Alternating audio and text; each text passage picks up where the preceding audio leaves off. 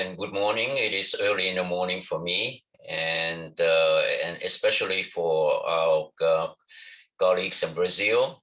Just to situate a little bit where Micronesia is. Micronesia is actually right on the other side of the world from Brazil. And if you take a look at Recife in Brazil, you go through the center of the earth and you emerge on the other side, you emerge in Micronesia. So it is a pleasure for me to come in. And since this is, I will give a little bit of a brief description of our country for those who do not know it, which is probably most of you. If you look at the map of the Pacific Ocean, somewhere the area between Hawaii and the Philippines, likely you will see absolutely nothing. And until you start zooming in, and you start seeing a few dots. One of the biggest dots is probably that were figured most map would be the US territory of Guam. I mean, that, once you pinpointed Guam, you look around the US island territory of Guam, and a vast expanse of the ocean to the south of Guam, the vast expanse, and by vast, I mean it, which is the size of the continental United States or even the Brazil. That's the sea area of the Federated States of Micronesia. And within that sea island, you have about 600 little islands, of which there are 4 major population centers. So that shows you the kind of technical challenges, geographic challenge that we needed to deal with during this pandemic. The capital of the Federated States of Micronesia is on the island of Ponape, 30,000 people. And the other 3 main population centers are in Yap, Chuuk, and Koshrai. We form a federal state, a federal type of government. So normally the parliament, which we call the Congress, meets on Palakia, on Pohnpei. And each time we do that, we bring people by plane and we sit down in the huge ornate hall and we debate, we do parliamentary work. The problem lasts in 2020. In March 2020, the COVID hit. Our president at that point in time, upon the recommendations of the health authority, imposed a lockdown, a complete cessation of flights in and out of the country. Now, the problem in order for the Congress to meet, I mean, we need to fly people into the capital. And in order to do so, because of our peculiar geography, normally we need to pass through Guam, which is another country to us. So with the complete halt of flight, and especially international flight, it became evident that we cannot do business as usual. We had consultation by phone, by email, fortunately that, and our speaker said that, what are we going to do? I said, what we're going to do is to learn, I mean, all of the digital tools at our disposal and try to have an online parliamentary meeting. So that was the challenge. The challenge was to have members of parliament meet online, so that just like we do right now on Zoom, but at that point in time, nobody in the country knew what even Zoom was, so that we can meet and deal with what needed to be done in the middle of a severe health emergency. And the reason we did that, and we said that, okay, it was very easy to have the president declare a state of emergency and do whatever he wants with a full power, but the value that was concurrent with the healthcare protection was democracy. It is important that the parliament, the Congress meets in order to impose limit and to take action if needs be to supplement the executive branch. You cannot, just because of the COVID situation, turn into a dictatorship, basically, by allowing the one man to decide everything for the country. We did that, so that was the policy decision.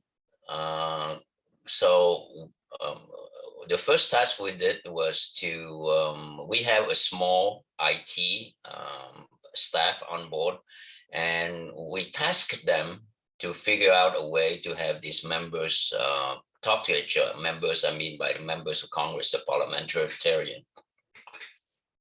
And so we started out as using YouTube and Skype. It turns out that it did not really meet our needs. So fortunately, our IT came up and started investigating Zoom, which we did. So we ended up being able to connect people from Zoom, and we were able to conduct business. I believe we were the first parliament in the Pacific that did that. Quite a few of our neighboring countries just interrupted their sessions, and we were proud in the Federated State of Micronesia that not only did we cancel any parliamentary sessions, the Zoom, which we discovered by making it easier for people to meet online, allowed us to have more sessions than would normally be the case on special session. So parallel to the technical discovery and inventiveness that our intellectual property people were able to muster, there was also a need of institutional change. For example, we need to change our rules of the Congress we need to make some extensive change so that people will not challenge the legality of our meeting. That was done on our first session when we met together at the session that we used Zoom, and it was kind of, compared to what we have right now, it was kind of, it looks really rustic. I mean, which is all the members in the same room around a table and talking, interrupting each other and all of that. But there was enough people to pass and enact a change of the parliamentary rules to allow online meeting. We were always, and I guess I was, as a legislative counsel, the chief legal officer of the Congress, was very aware of it, so that we didn't want to face a situation that somebody later on would file a lawsuit, say that everything we did was illegal. So we were making sure that on top of the technical work, we had the legal and institutional framework to allow us to do that. We had some dialogue with other parliaments in the Pacific, and some of them encountered difficulty because they did not think of the institutional and legal framework. I mean, on our side, we make sure that the technical and legal progresses in parallel. In addition to that, we were looking at ways to share documents. And after a while, we found this software package, Boardable, which was normally used for board meetings. But it turns out to fit our needs very well. And we were able to share among all the members, basically around wherever they were, all the documents that they would normally see hard copy of in a parliamentary meeting. That took a while to work out, but that is we finally managed to do that. We had to increase our page, the number of our pages and assistant everywhere, so that they actually can scan everything, all of the parliamentary documents that were needed for our work onto the boardable every day. And the third difficulty we had, number one was meeting in person, number two is document, number three is how do we deal with voting, because a lot of our voting are done in secret, by secret ballot. We were able to do a function change in votable to allow all the votes to be sent to our chief clerk, and the chief clerk will compute. And we was decided that the members will not ask, or chief clerk will not reveal what members have voted, and she would just announce the results. Once we got that cooperation from the members, that was and everybody went along, because they didn't know that we needed to do things differently to deal with this COVID. And so we did that. So that was number three. The way to get people to work together, to get documents up, and after the voting. With that, we were in business. And we learned a couple of things also. At first, with people dialing in and people tended to be not to take this meeting too seriously in terms of appearance wise, because there is a certain level of formality that needs to be associated with a parliamentary meeting. Those are just small lessons that we did. So finally, at this point, at the present time, the members will come to us through designated space, which are decorated, which is formally, so at least it looks much better than my office here. But it will, with the flags, the seal, and so that it conveys a sense of the formality of the occasion. Those are little things that we work. And we also were able to use YouTube to make our sessions visible, basically to anyone on earth who would like to follow our session.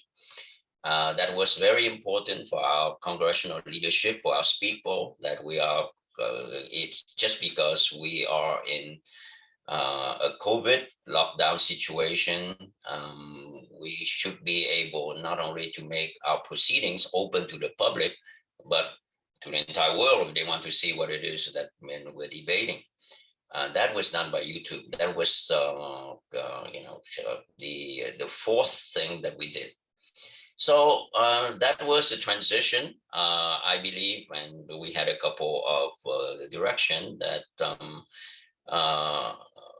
right now, the way we are conducting our online business, we still have to conduct our online business, because while the rest of the world has been, the COVID situation has been getting better, we finally, after about 2 years of not having one single case of COVID, we were one of the last countries in the world without any COVID at all.